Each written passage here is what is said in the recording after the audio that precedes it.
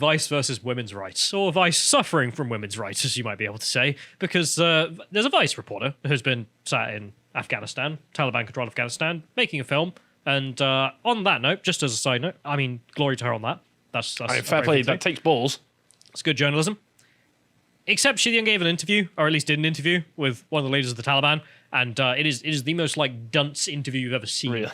So I thought we'd have some fun looking at it, because they're the Taliban. What are you expecting? What do you think their views on women's rights are? They're going to be very Islamic, aren't they?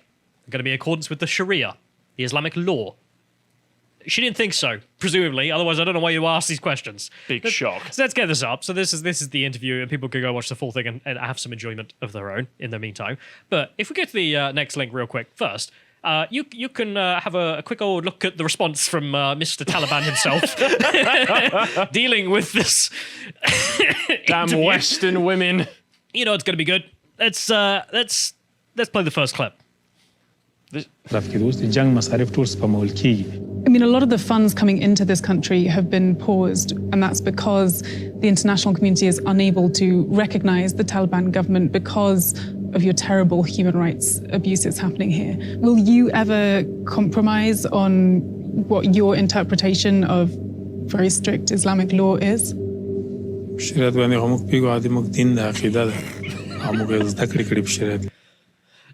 For people listening, sorry, it's going to be in foreign, isn't it? But she asks, why won't you roll back on your interpretation of Islamic law? And he just goes, we know what Islamic law is. Because it is Islamic law. Because it's our culture and religion.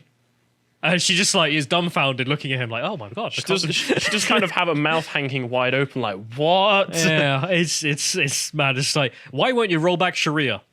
Because we're implementing Sharia. We're an Islamic party, or Islamic group, you could call them, implementing Islamic law, and she's asking, why don't you get rid of the Islamic law part? I mean, this is why I say it's a bit of a dunce interview. That's a whole platform, woman. It's just, imagine going to the Communist Party and be like, yeah, but this Marxism stuff is just not flying, is it? He's probably slowly reaching for his shoe this whole interview. That happens to be there. So let's go to the next one.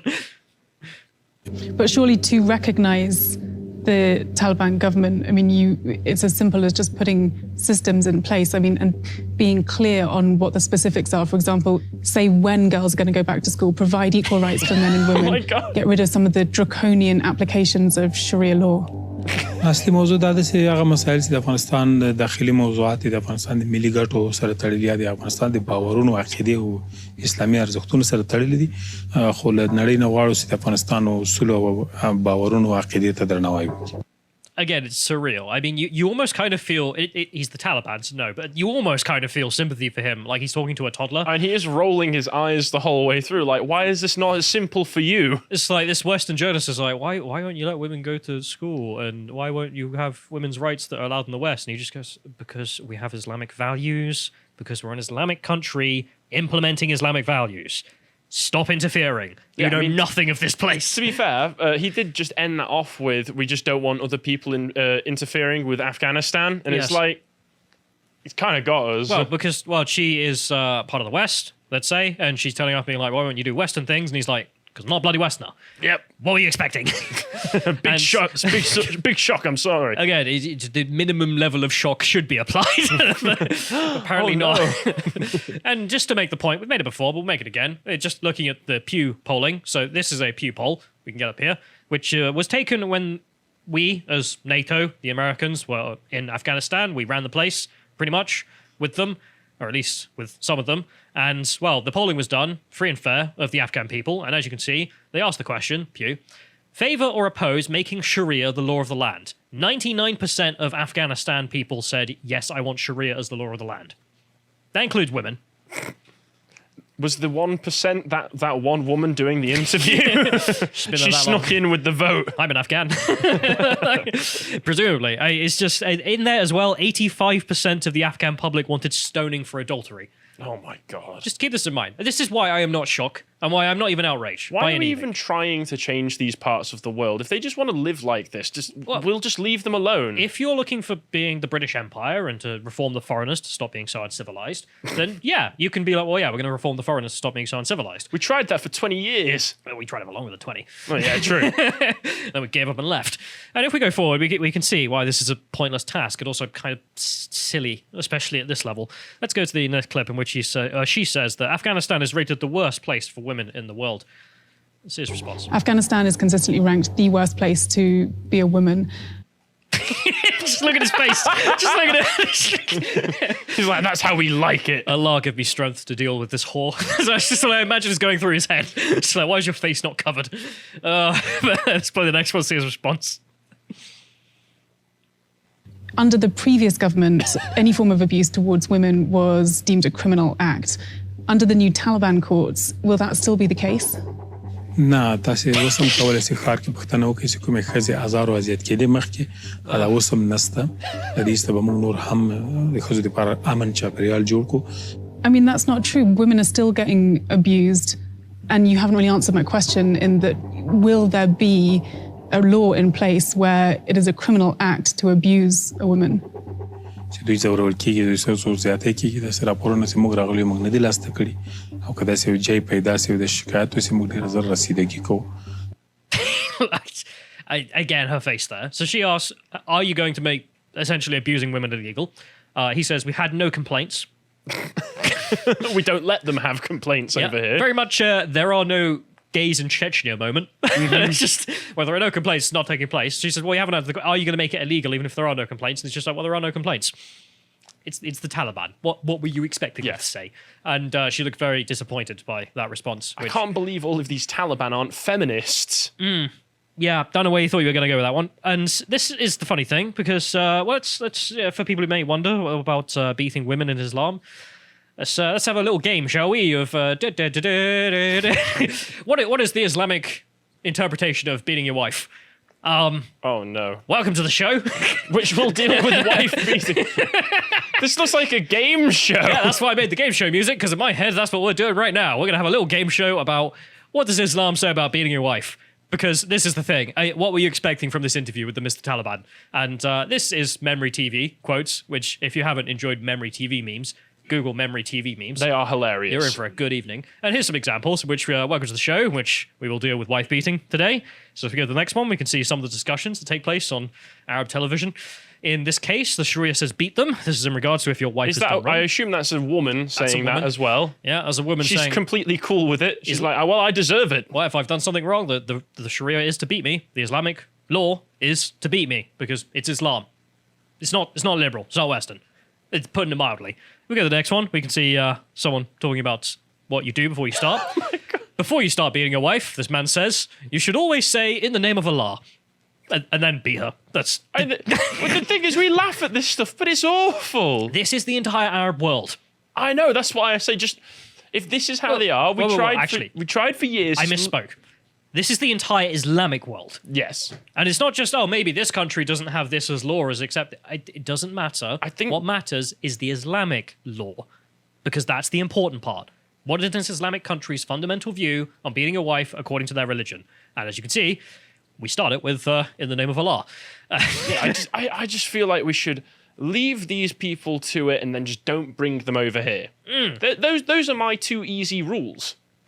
Don't bring wife beating to the shores of Britain. Yes, please don't. Controversial. I know, right? Let's go to the next one. We can have some big old instructions about how to do it, of course, as well. This is lifetime TV. This is primetime TV. Just what do you do on TV in the Islamic world? Well, we have men with beards tell us about how to beat our wives. Oh, you do? You beat your life with love. He says, how does a husband beat their wife? He gives her a disciplinary beating out of love. He loves her. The beating should be light and must make the wife feel her femininity and the husband's masculinity. I've never felt more feminine than when my husband is beating me. Jesus Christ. I mean, besides the fetishists out there. Yeah, that might work for some. No. I don't want this. I don't want this over here. It's halal, but it's definitely not permitted in the West. No. And in case you're wondering about it being permitted in the West, so the religion of peace, of course, has its beatings of peace. What does the West have?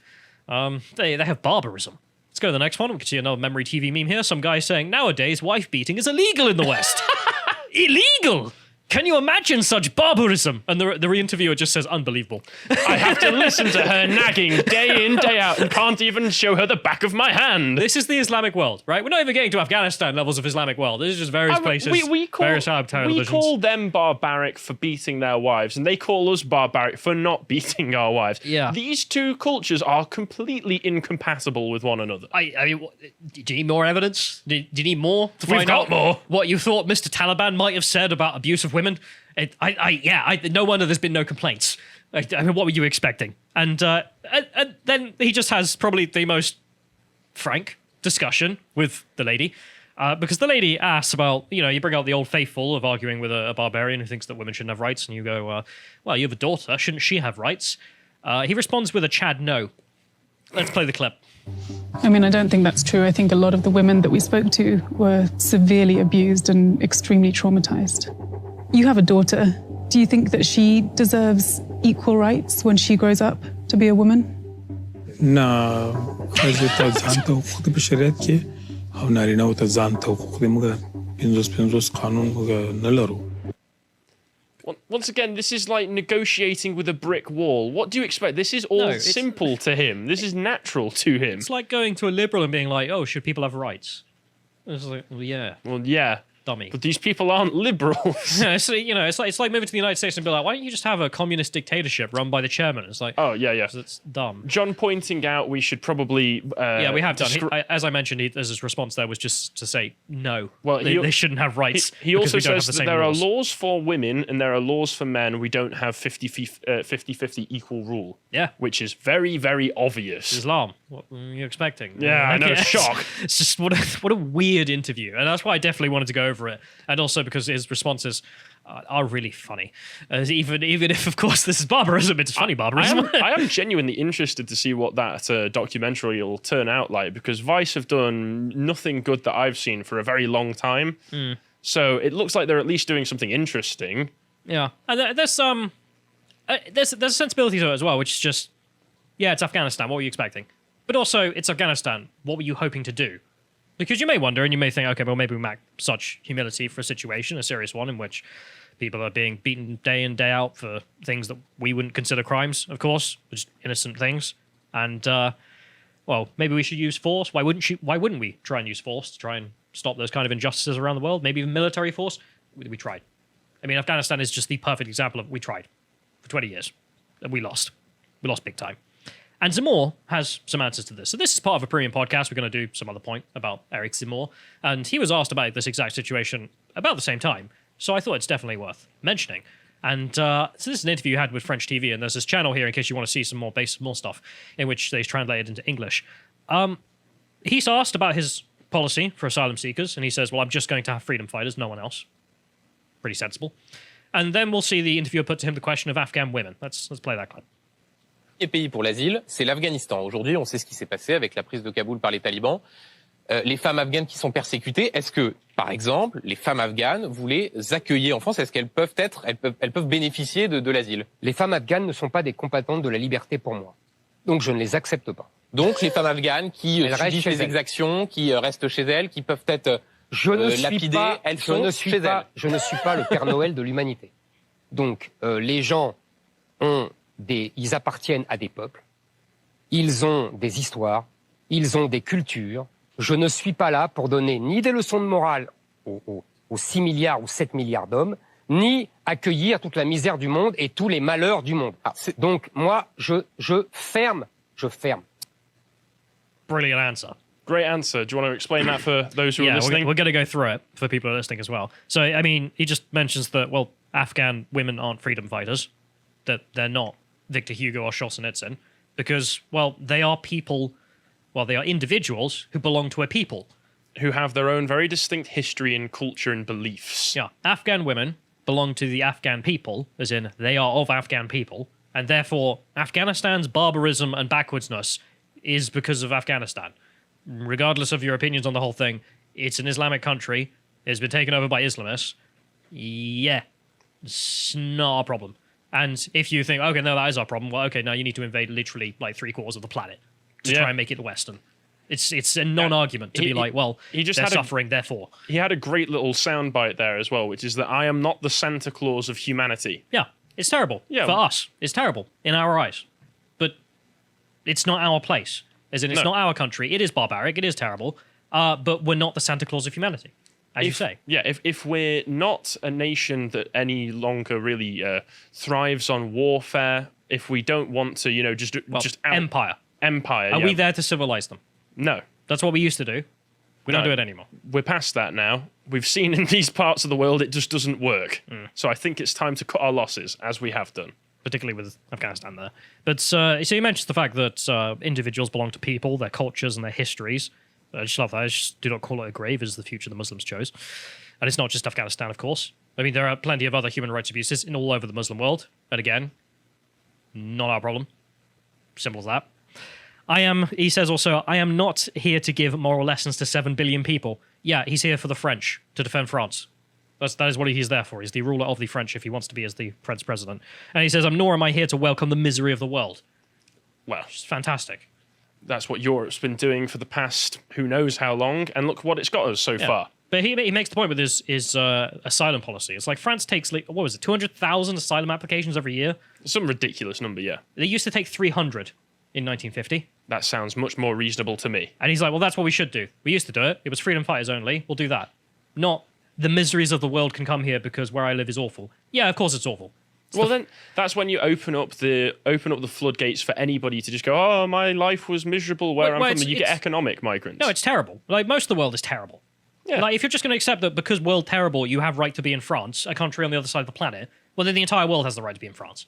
You've not solved anything. In fact, you've reduced all thinking to nothing. And as long as they all just stay in France, I don't have too much of a problem. Yeah, so they come over here afterwards. The questions are more as posing, though, is just why should we waste more lives and treasure on the misery of foreigners who have inflicted it essentially upon themselves on a, let's say, a collectivist basis there as well. But I thought I'd end this off because that was all funny and good. So I thought I'd end this off with another laugh. So just to mention as well, because I know some people like reading along, doing a book club on this book, The Looming Tower, if you want to look it up. This is where this is from. This is a quote about the Taliban when they took over that I found in there back when they first took over. It's just funny. So I'm just going to read it because it is just, these people are lunatics. In here, the animals in the zoo, those that had not been stolen in previous administrations, were slain or left to starve. One zealous, perhaps mad, Taliban jumped into a bear's cage and cut off its nose, reportedly because the animal's beard was not long enough. Remember, under the Taliban, you have to have a beard as long as your fist. Yeah, why do I care about bear beards? It's mad. It's just actually mad. I think perhaps mad is certainly mad, yes. Another fighter, intoxicated by the events of his own power, leaped into the lion's den and cried out, I am the lion now.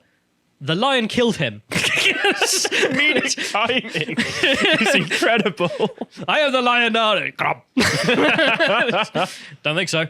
Another Taliban soldier threw a grenade into the den, blinding the animal. These two, the noseless bear and the blind lion, together with 2 wolves, were the only animals that survived the Taliban rule. Throw reason to the dogs, read a sign posted outside the walls of the Office of the Religious Police, who were trained by the Saudis. It stinks of corruption. These are the people you're dealing with, right? I just despair for the people who honestly believe that there is something to be done here in trying to make these people Western liberal folks. The old adage, don't negotiate with terrorists, means you can't negotiate with terrorists. Yeah, I mean look at these people. Bush's thing, but it's more for me. I'm just looking at this like, I don't know if you can reason with stupid. And it's a man shouted he was a lion and got eaten by a lion. I think that's all negotiation sorted. I don't know what more to say. The foreigners are mad, and the foreigners do weird, mad foreign things. And quite frankly, that is the weird, mad foreigners problem.